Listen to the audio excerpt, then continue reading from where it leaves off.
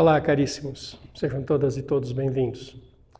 Continuação do nosso estudo de geometria de posição. No vídeo anterior eu falei de plano e no espaço eu falei da posição relativa de duas retas, que apareceu a ideia de retas reversas, que é um conceito importante e que exige que a gente treine bastante para conseguir ter uma imagem, visual, gráfica desses conceitos.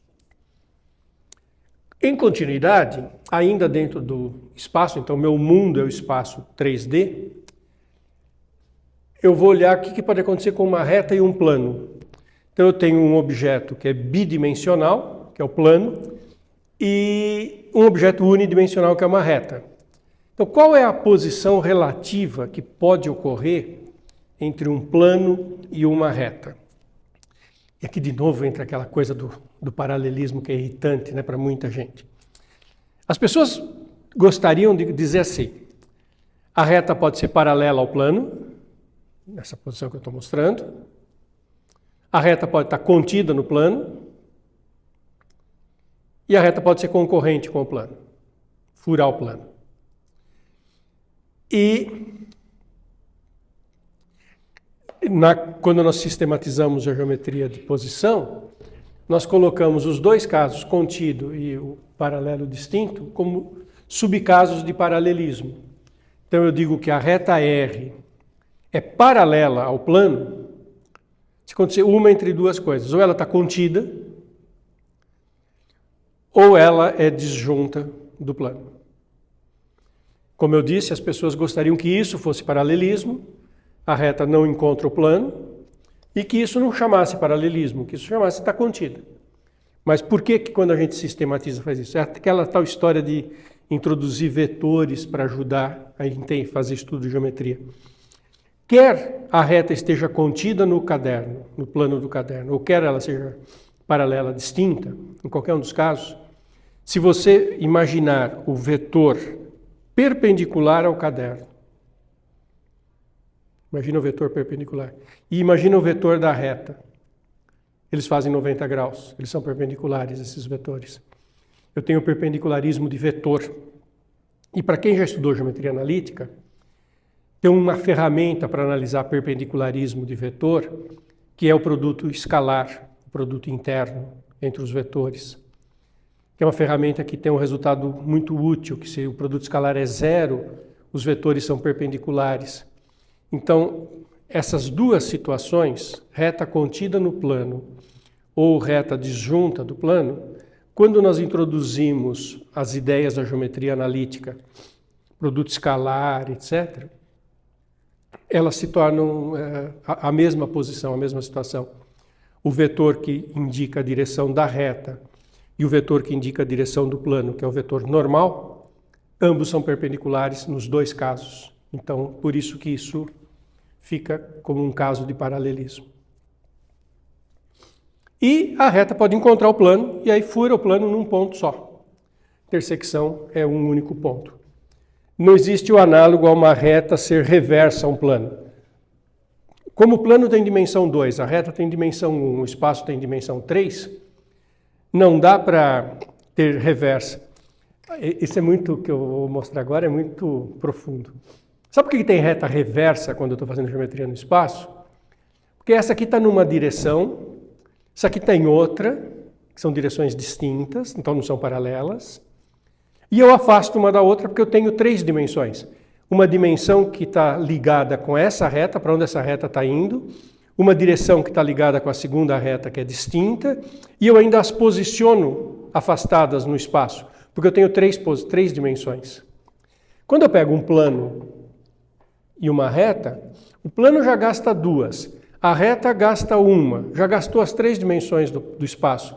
Eu não tenho como afastar a reta do plano. Claro que eu posso afastar a reta do meu caderno, mas no meu caderno, se eu pensar nele como um plano, ele é infinito, ele vai bater na reta. O único jeito da reta não tocar no plano é ser paralela. Não tem o análogo que seria uma reversa entre reta e plano. E o que tem, sim, é a situação em que a reta é perpendicular ao plano. Então, uma reta R pode ser perpendicular a um plano alfa ou não. Então, o ângulo formado pela reta e pelo plano, pode ser um ângulo de 90 graus ou não. Como é que caracteriza isso na geometria de posição? É muito bonito. É assim, se a reta é perpendicular ao plano, qualquer lugar que eu meça o ângulo entre essa reta e esse plano, quer dizer, eu pego o meu transferidor e coloco aqui para medir esse ângulo. Quer eu meça, pego a reta R, ela fura o plano no ponto P, encontra o plano alfa no ponto P. Qualquer reta que eu pegue aqui, se eu for olhar o ângulo entre elas, dá 90 graus. A reta perpendicular a um plano forma 90 graus em qualquer lugar que eu meça. Agora pensa que a minha reta é inclinada em relação ao plano.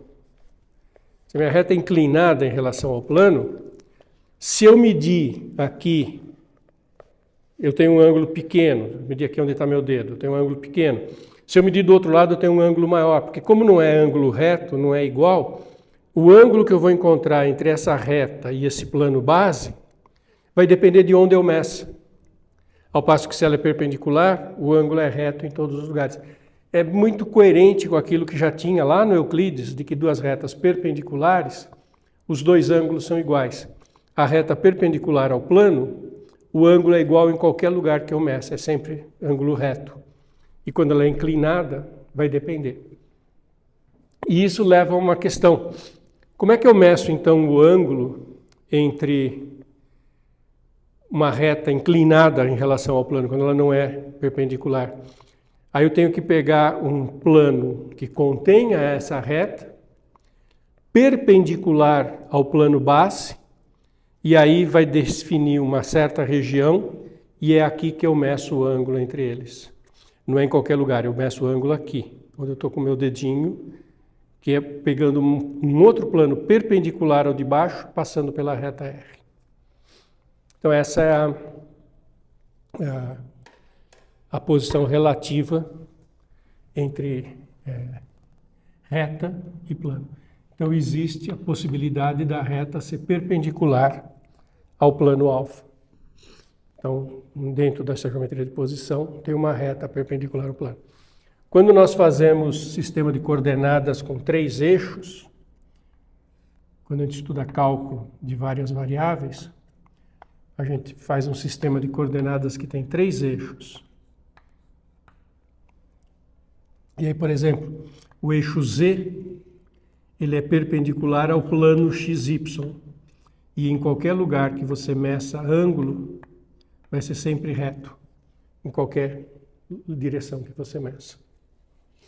Então essa é a ideia de perpendicular entre reta e plano. E quando eu estou no espaço 3D, eu também tenho posição relativa entre plano e plano.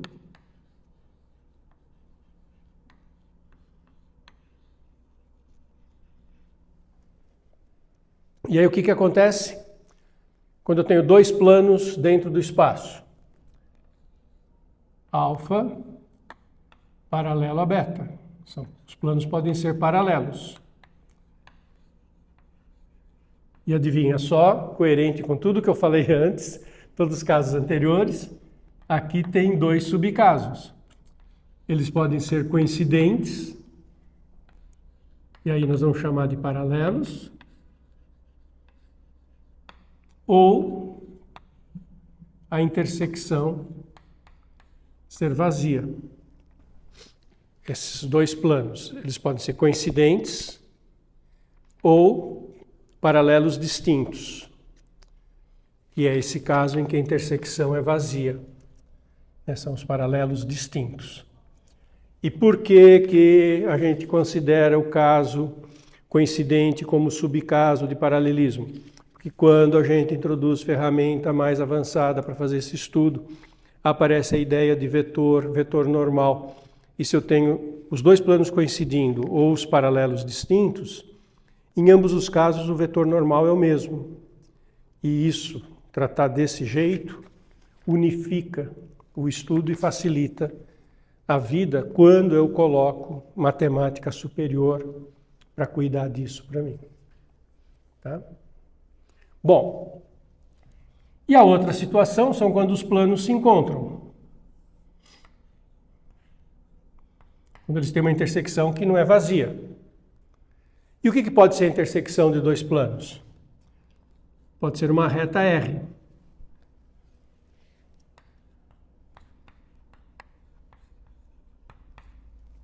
Então, dois planos no espaço podem se encontrar e formar uma reta. Em diferentes posições, podem estar inclinados, né? Se encontram e formam uma reta. Quando nós fazemos aquele desenho que eu acabei de fazer do sistema de coordenadas,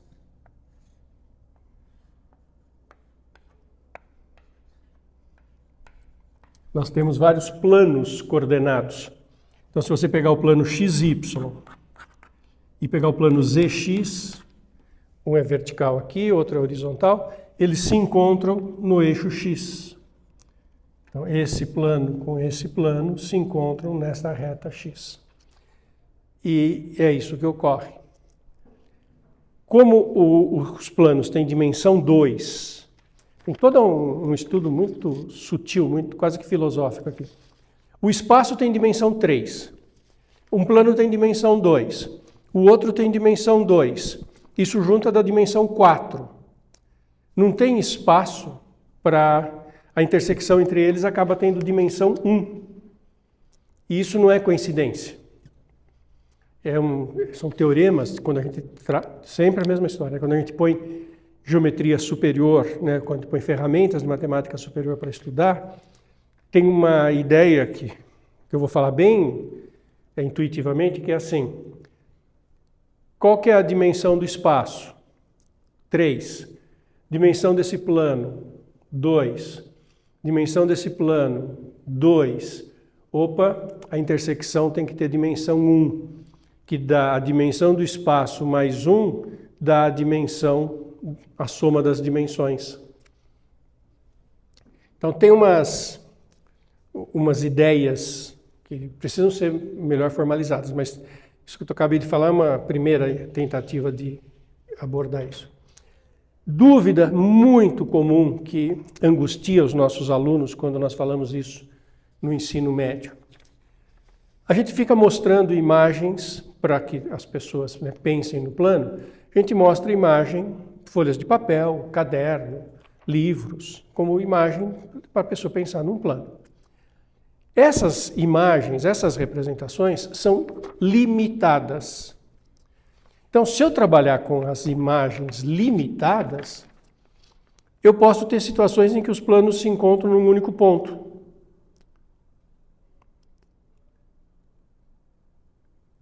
Mas, se eu pensar no plano infinito, a intersecção não pode ser um ponto só.